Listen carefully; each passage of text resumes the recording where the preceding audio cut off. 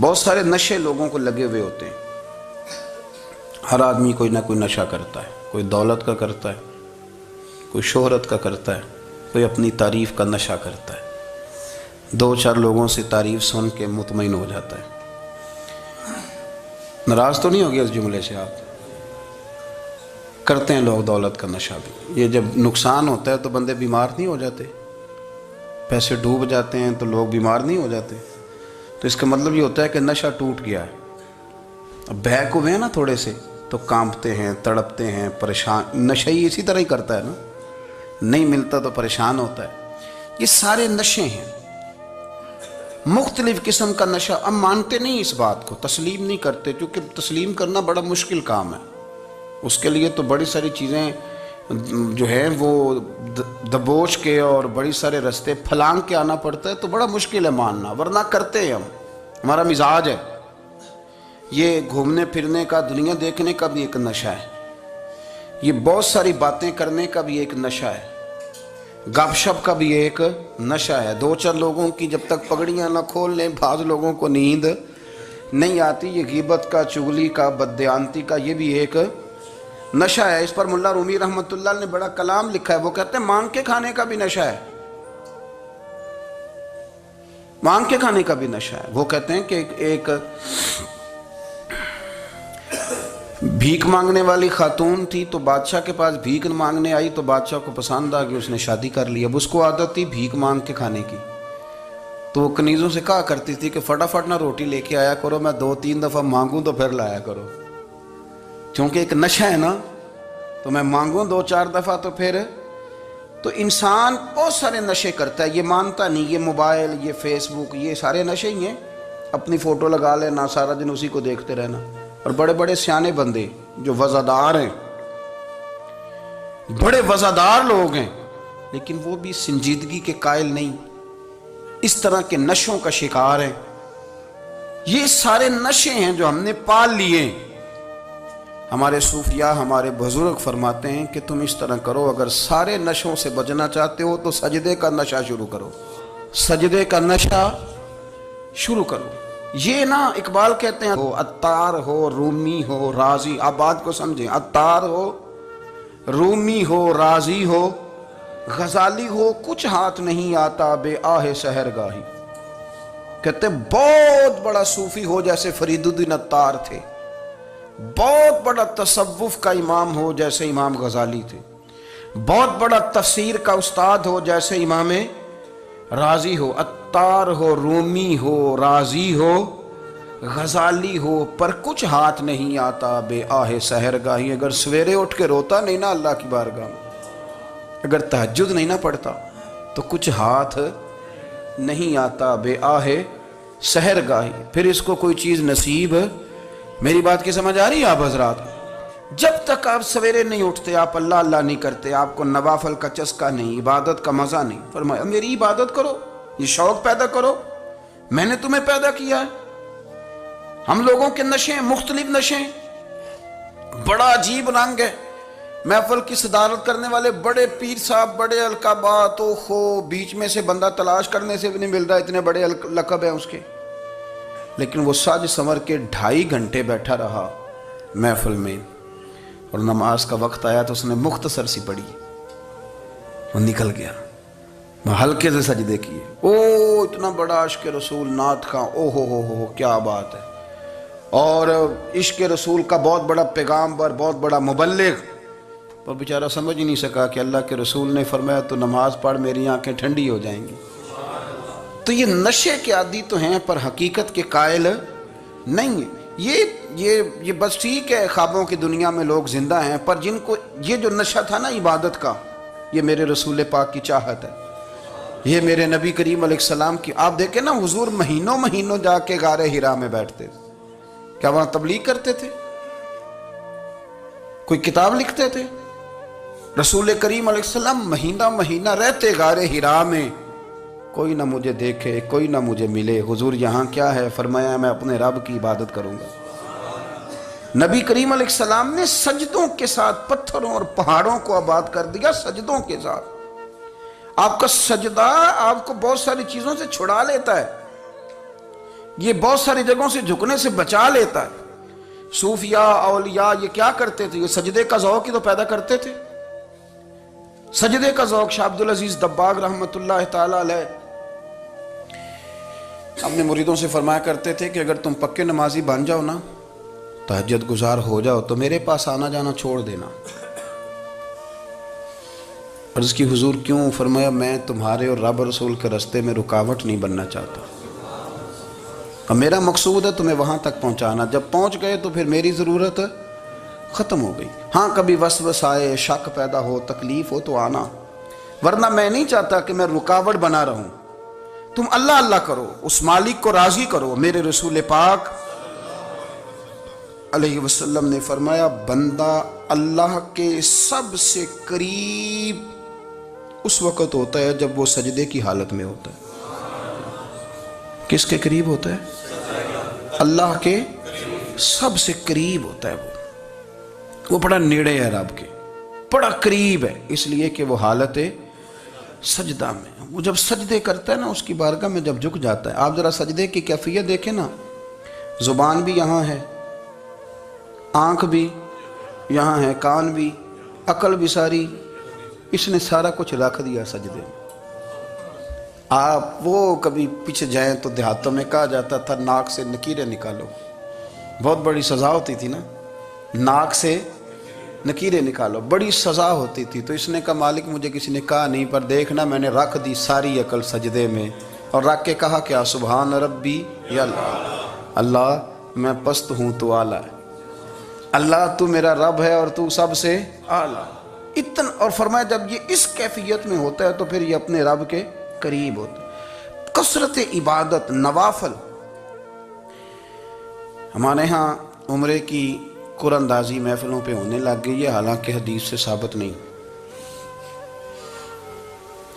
میں دوستوں سے کہتا ہوں جائز ہے، کرنی چاہیے، عمرے کی قرآن اندازی جائز ہے، پر کسی حدیث میں نہیں آئی کہ قرآن اندازی کرو عمرہ کرو۔ حدیث میں قرآن اندازی یہ آئی ہے کہ نبی پاک علیہ السلام نے فرمایا تمہیں پتہ چل جائے نا پہلی صف کا ثواب کتنا ہے، تم قرآن اندازی کرو۔ عمرے کی قرآن اندازی کا تو پوسٹر چھپتا ہے، تو یہ والی قرآن اندازی کب ہونی ہے؟ ہونی چاہیے کہ نہیں؟ حضور نے فرمایا تمہیں پتہ چلے کہ اس کا ثواب کتنا، تو تم قرآن اندازی کرو، تم قرآن ڈالو۔ جب آپ نماز پڑھ رہے ہوتے ہیں، جب آپ کا مصلی آباد ہوتا ہے، صلاح الدین ایوبی ایک بزرگ سے ملاقات ہو گئی، بیت المقدس پر قبضہ تھا عیسائیوں کا، تو صلاح الدین بڑے پریشان تھے۔ بابا جی کہنے لگے پتر کیا ہوا؟ کہنے لگے حضور پتہ چلا ہے دشمن کے 2 بحری بیڑے اسلحہ لے کے آ رہے ہیں، مسلمان پہلے ہی کمزور ہیں، اور اب اگر 2 بحری بیڑے اور آ گئے تو حضور مسئلہ بن جائے گا۔ تو میں پریشان ہوں کہ کس طرح یہ کم مسئلے والی ہماری فوج ہے کیسے مقابلہ کرے گی۔ تو بابا جی کہنے لگے پتر اس طرح کرنا، آج رات تو بھی دعا کرنا اور میں بھی کروں گا، تو بھی دعا کرنا، آپ ناراض نہ ہونا، ہم تو پیروں والے ہیں، ہم تو پیروں کے نوکر غلام ہیں، ہمارا تو گزارا ہی نہیں، ہمیں تو ملتا ہے سارا کچھ وہاں سے۔ پر میرا سوال یہ ہے کہ تعویذ لینے جاتے ہو نفل کیوں نہیں پڑھتے؟ رات اللہ اللہ کیوں نہیں کرتے؟ یہ بھی تو ہمارے بزرگوں کا ہی طریقہ ہے، انہوں نے تو ہمیں سکھایا ہے۔ صلاح الدین ایوبی سے بزرگوں نے کہا کہ رات آج نا اللہ اللہ کرنا، تو میں تیرے لیے دعا کروں گا، تو بھی دعا کرنا۔ تو بندہ جب دکھی ہوتا ہے تو سجدہ کرتا ہے، تو پھر ہی تو مصلی بھیگ جاتا ہے، پھر ہی تو مزہ آتا ہے۔ سکھی بندہ تو کعبے جا کے نہیں روتا، دکھی تھے، تکلیف تھی، تو سر رکھا سجدے میں تو تڑپ گئے۔ اور وہ بابا جی کہتے ہیں میں مسجد آیا تو صلاح الدین چیخیں مار کے رو رہا تھا اور کہہ رہا تھا مالک میں کوئی اپنی شان کے لیے تو نہیں نہ لڑ رہا، اللہ کو میں کوئی قبضوں کے لیے تو نہیں لڑ رہا، مالک تیرے لیے لڑ رہا ہوں، مجھے بے آبرو نہ کرنا، میری مدد فرمانا۔ کہتے ہیں میں آیا تھا کہ مسجد میں دعا کروں گا، پر صلاح الدین ایوبی کو روتے دیکھا تو میں لوٹ گیا۔ تو سویرے صلاح الدین ملے تو بڑے خوش تھے۔ میں نے کہا پتر کیا ہوا؟ کہنے لگے حضور وہ بحری بیڑے 2 آ رہے تھے نا اسلحہ لے کے، دونوں ڈوب گئے پانی میں ڈوب گئے۔ تو بابا جی کہنے لگے صلاح الدین وہ پانی میں نہیں ڈوبے، وہ تیرے آنسوؤں میں ڈوب گئے، وہ غرق ہو گئے، وہ جو تو نے مصلی بات کیا تو وہ تیرے آنسوؤں میں ڈوب گئے، وہ غرق ہو گئے، وہ تباہ، اتنے قیمتی تھے تیرے آنسو کے بہا لے گئے دشمن کے بحری بیڑوں کو۔ میرے بھائی ٹھیک ہو گیا جی، میرے عزیز سمجھ لیں اس بات کو ہمیشہ کے لیے، اور اس پر غور کر لیں اچھے طریقے سے کہ میرے رسول کریم سید عالم صلی اللہ علیہ وسلم نے نا ہماری توجہ دلائی، حضور نے ہمیں بتلایا، ہمارا ذوق بڑھایا عبادت کی طرف۔ ایک صحابی تھے حضرت ابو فاطمہ رضی اللہ تعالیٰ عنہ، یہ ترمذی شریف کی حدیث ہے۔ نبی پاک علیہ السلام نے فرمایا ابو فاطمہ قیامت کے دن مجھ سے جلدی ملنا چاہتے ہو کہ دیر کے ساتھ؟ تو کہنے لگے حضور کون ہوگا جو دیر سے ملنا چاہے گا، ہم نے تو جان دے دی وعدہ دیدار پر۔ اعلیٰ حضرت فرماتے ہیں جان دے دی وعدہ اور نقد اپنا دام ہو ہی جائے گا۔ مجھے لگتا ہے کہ یہ سودا نقد و نقد ہو جانا ہے، چونکہ ہم نے جان دے دی وعدہ دیدار پر۔ آپ نے وعدہ کیا تھا کہ مریں گے تو پھر زیارت ہوگی، تو مر گئے ہم زیارت کی خاطر۔ جان دے دی وعدہ دیدار پر، تو نقد اپنا دام ہو ہی جائے گا۔ اے رضا ہر کام کا ایک وقت ہے، دل کو بھی آرام ہو ہی جائے گا۔ تو حضرت ابو فاطمہ رضی اللہ تعالیٰ عنہ سے نبی پاک صلی اللہ علیہ وسلم نے فرمایا جلدی ملنا چاہتے ہو کہ دیر سے؟ عرض کی حضور فٹافٹ ملنا ہے، میں نے قیامت کے دن آپ سے جلدی ملنا ہے۔ تو نبی پاک علیہ السلام نے فرمایا پھر اس طرح کرنا، دنیا میں رہ کے سجدے زیادہ کرنا، پھر سجدے زیادہ کرنا، قیامت میں ملاقات جلدی ہو جائے گی، قرب ملے گا تمہیں۔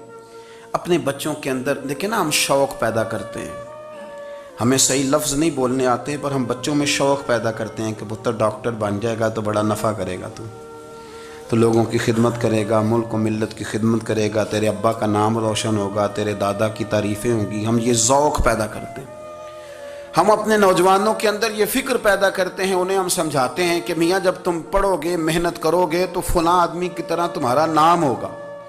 یہ جتنا ذوق ہم بچوں کے اندر ان چیزوں کا پیدا کرتے، ہمیں حکم ہے کسی طرح ہم ذوق پیدا کریں کہ پتر نماز پڑھے گا تو اللہ راضی ہو جائے گا، تو سجدہ کرے گا۔ دیکھیں نا میرے رسول کریم علیہ السلام نے فرمایا 7 سال کے بچے کو مسجد لے کے جاؤ، یعنی اسے شوق دلاؤ، اس کے اندر یہ خاصیت پیدا کرو کہ اس کا دل کرے مسجد میں جانے کا، اس کے اندر یہ خصوصیات لاؤ کہ وہ ہمارے ہاں نا ہر چیز کو پرموٹ کیا جا رہا ہے، ہر چیز کو، یعنی سر سنگیت سکھانے کے لیے اکیڈمیاں بن گئی ہیں، ہر شے پرموٹ ہو رہی ہے، عبادت کا جذبہ کم ہوتا جا رہا ہے، اللہ کا ذوق ہمارے اندر نہیں رہا۔ اور اتنا مشکل ہم نے اپنے لیے بنا لیا ہے کہ وہ بندہ جو بڑی زبردست مذہبی گفتگو کر رہا تھا اور تگڑی بات کر رہا تھا، کیا بات ہے، لیکن نماز کے بارے میں کمزوری دکھا جاتا ہے، نوافل کے بارے میں وہ چپکے سے نکل جاتا ہے۔ امام احمد بن حنبل رحمۃ اللہ تعالیٰ علیہ،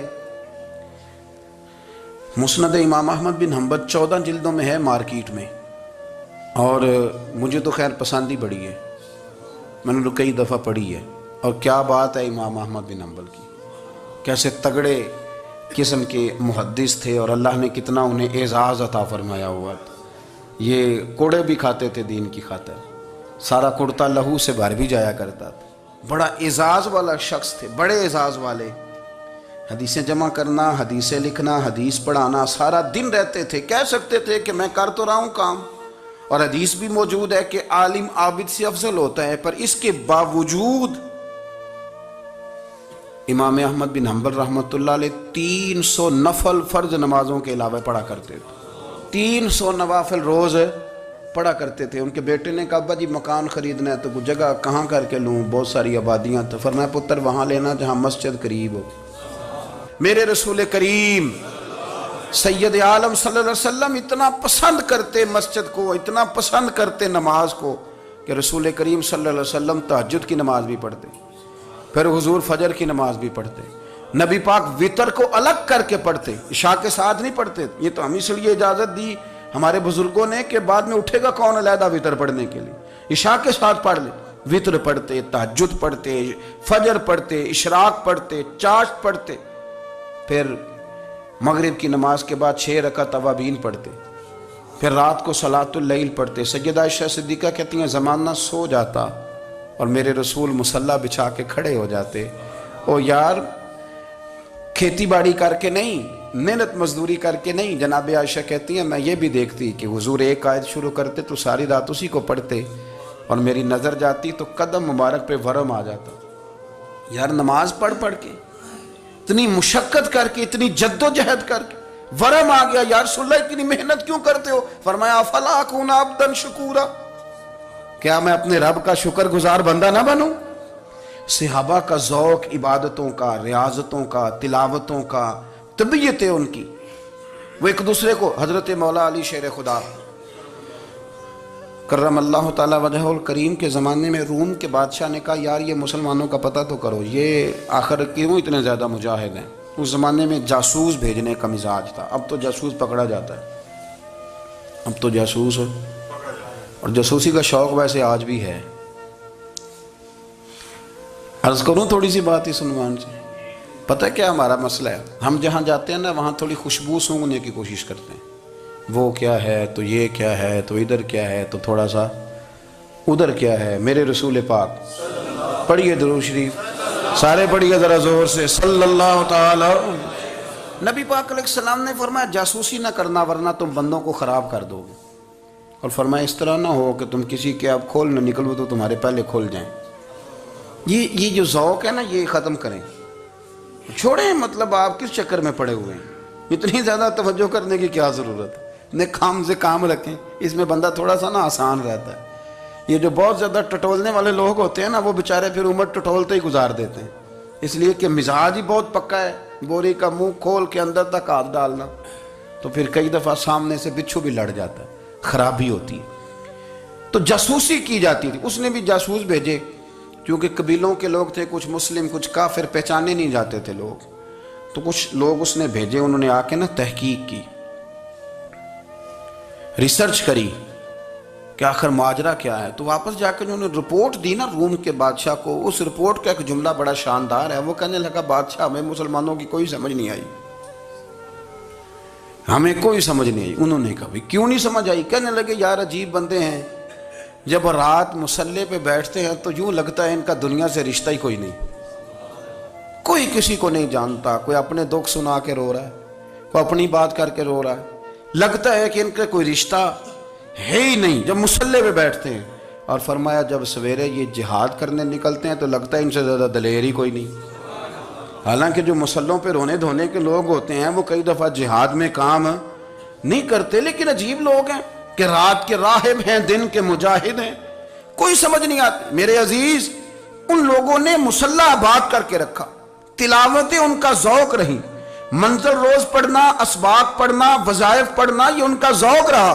اعلیٰ حضرت بریلوی رحمت اللہ نے 1000 کتاب لکھی ہے، لیکن الوظیفۃ الکریمہ کے نام سے جو وہ صبح و شام وظائف پڑھتے تھے وہ الگ انہوں نے ان کو بیان کیا. پابندی کے ساتھ اپنی اللہ اللہ کرتے تھے. شیخ شہاب الدین سہروردی رحمت اللہ علیہ اس پر ایک بندے نے اعتراض کیا. اس نے کہا جی آپ کس قسم کے صوفی ہیں، مرید بیٹھے ہیں اور آپ وہاں نفل پڑھ رہے ہیں؟ یہ بھی بڑا مسئلہ ہوتا ہے نا. جو بندہ ملنے آتا ہے وہ اپنے ٹائم کے حساب سے آتا ہے، اور پھر اس کا یہ بھی خیال ہوتا ہے کہ پیر صاحب جو ہیں وہ چونکہ درویش ہیں تو نہ انہیں روٹی کھانی چاہیے نہ سونا چاہیے، چونکہ وہ درویش ہیں، اور ہم چونکہ درویشوں کے ماننے والے ہیں لہذا ہمارا یہ طریقہ ہونا چاہیے کہ جیسے ہم کہیں درویش ویسے ہی کر جائے. حالانکہ جس کو آپ درویش کہیں گے آپ اس کی مانیں گے، آپ منوائیں گے نہیں. تو ہمارا مزاج ہوتا ہے. شیخ شہاب الدین پر لوگوں نے اعتراض کی، حضور لوگ ملنے آئے ہیں، زیارت کرنے آئے ہیں، بندے دعا کرانے آئے ہیں، اللہ اللہ کرانے آئے اور آپ نفل پڑھ رہے ہیں. کیا جملہ ہے، کیا حسن ہے، کیا خوبصورتی ہے. فرمانے لگے رب رسول سے مانگنے کے لیے مصلی بچھایا ہے، اگر وہاں سے مانگوں گا نہیں تو تمہیں دوں گا کیا؟ پہلے مجھے کچھ لے تو لینے دو، اگر میرے پلے کچھ ہے ہوگی تو آگے دوں گا نا. تو میں مانگنے گیا تھا کہ یا اللہ دے تیرے بندے لینے آئے دے، تو میں کچھ لوں گا تو آگے دوں گا نا. لیکن ہمارا یہ سٹیٹس، یہ مزاج، یہ شعور نہیں ہے. گپیں، کہانیاں، داستانیں، گفتگو، خطابت، واز، کیا بات. لیکن اگر کچھ کرنے کا کام ہو تو وہ نہیں ہم سے ہوتا. میرے نبی کریم علیہ الصلوۃ والسلام نے مصلی سے دل لگانے کا درس دیا.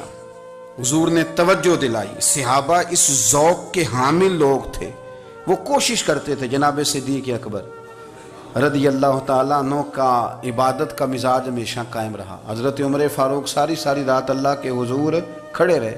حضرت عثمان غنی رضی اللہ تعالیٰ عنہ عشاء کی نماز پڑھ کے 2 رکعتوں کی نیت باندھتے تھے، 15 سپارے پہلی رکعت میں پڑھ دیتے تھے اور 15 سپارے قرآن مجید کے دوسری رکعت میں پڑھ دیتے تھے۔ آپ نے نا حضرت عمر فاروق کے وصال کے بعد ان کی ایک بیوہ سے نکاح کیا،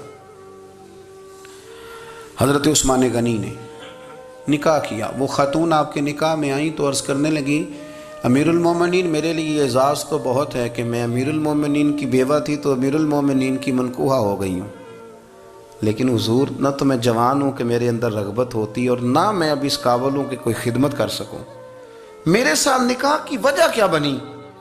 تو عثمان غنی رو پڑے، فرمانے لگے میں نے عمر فاروق کو مسجد میں اپنے رب سے ڈرتے ہوئے دیکھا، میں نے اسے روتے ہوئے دیکھا ہے، عدل کرتے دیکھا ہے، انصاف کرتے دیکھا ہے، امت کی خیر خواہی کرتے دیکھا۔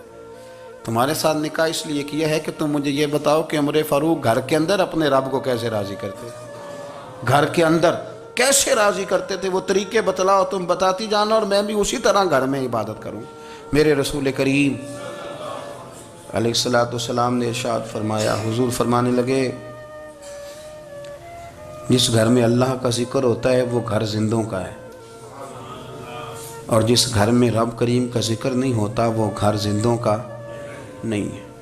گھر نا ہم نا کتابوں میں پڑھتے ہیں کہ ایک بزرگ کہتے ہیں، حضرت فضیل بن عیاض کہتے ہیں کہ میں ایک گلی سے گزر رہا تھا تو گھر کے اندر کسی قاری صاحب نے قرآن کی آیت پڑھ دی، ولی من خاف مقام ربہ جنتان، میں تے میرے کانوں سے ٹکرائی تو اللہ نے میری کایا ہی پلٹ دی، میں توبہ کر گیا۔ اب گھر کے اندر سے آواز آئے تو صحیح نہ تلاوت کی، پر اندر سے آواز آتی نہیں، یا ڈیک بجنے کی آواز آتی ہے، یا ٹی وی چلنے کی آواز آتی ہے، یا دھوم مچانے کی آواز آتی ہے۔ عبادت کا وہ جو خاص شوق تھا، وہ جو حسن تھا، وہ جو توانائی تھی، وہ جو بات تھی۔